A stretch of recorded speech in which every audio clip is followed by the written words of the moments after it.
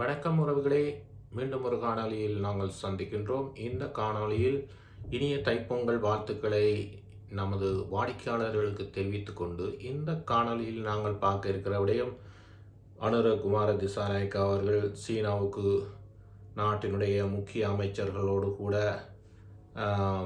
சீனாவுக்கு பயணம் மேற்கொண்டிருக்கிறார். அது தொடர்பாகவும் விஜித ஹேரத் வெளிவிவகார அமைச்சர் அவர் பற்றிய ஒரு தொடர்பான கருத்தும், நலிந்த ஜெயதிச சுகாதார அமைச்சர் மற்றும் தென்பகுதியிலே அல்லது சிங்கள பகுதியிலே ஒரு மருத்துவர் தொடர்பான விடயமும் இந்த காணொளியிலே நாங்கள் பார்க்க இருக்கின்றோம். வாருங்கள் காணொளிக்குள்ளே போவோம்.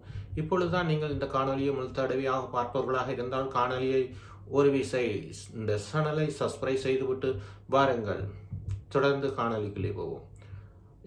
இன்று நாட்டினுடைய ஜனாதிபதியும் முக்கிய அமைச்சர்களும் நாட்டை விட்டு அதாவது புறப்பட்டு அவர்கள் நேற்றைய தினம் புறப்பட்டதாகவும், இன்று அவர்கள்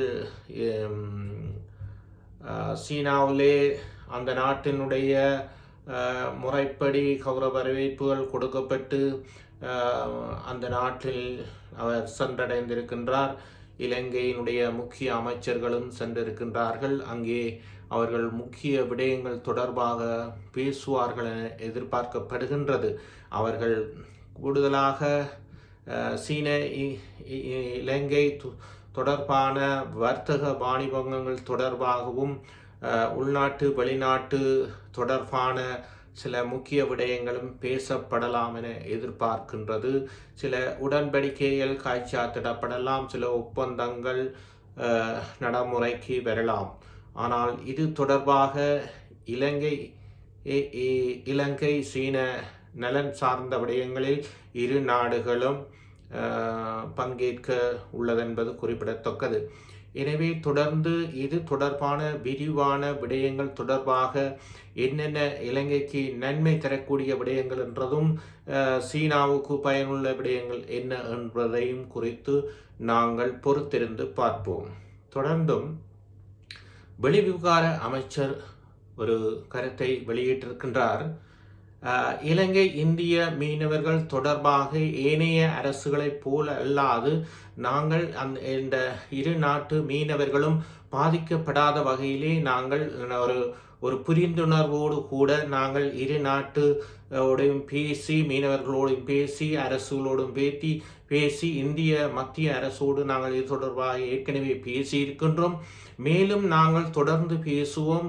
இரு நாட்டு மீனவர்களுக்கும் பாதிப்புகள் பங்கங்கள் விளைவிக்காத வகையிலே எங்களுடைய பேச்சுவார்த்தைகள் அமையும், அது தொடர்பான தீர்மானங்களும் எட்டப்படும் விரைவில் என்பதை வெளிவிவகார அமைச்சர் இது தொடர்பான ஒரு கருத்தை வெளியிட்டிருக்கிறார் விஜித ஹேரத்.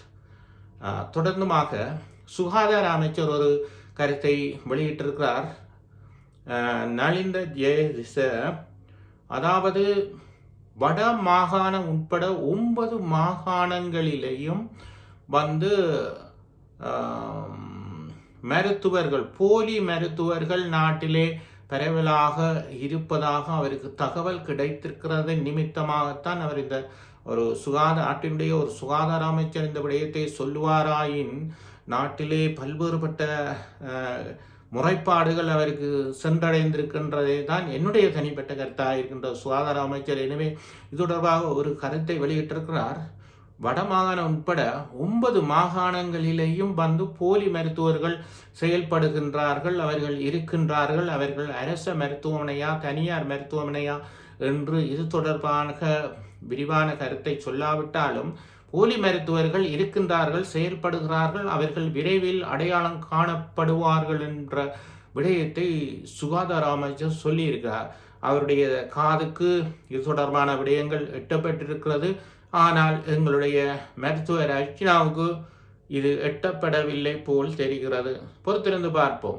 அதே வேளையிலே தான் மருத்துவர் அர்ச்சனா அவர்களுக்கு வேறு ஒரு விடயம் அவருடைய யூடியூப் தளம் மூலமாக ஒரு விடயத்தை வெளியிட்டிருக்கின்றார்.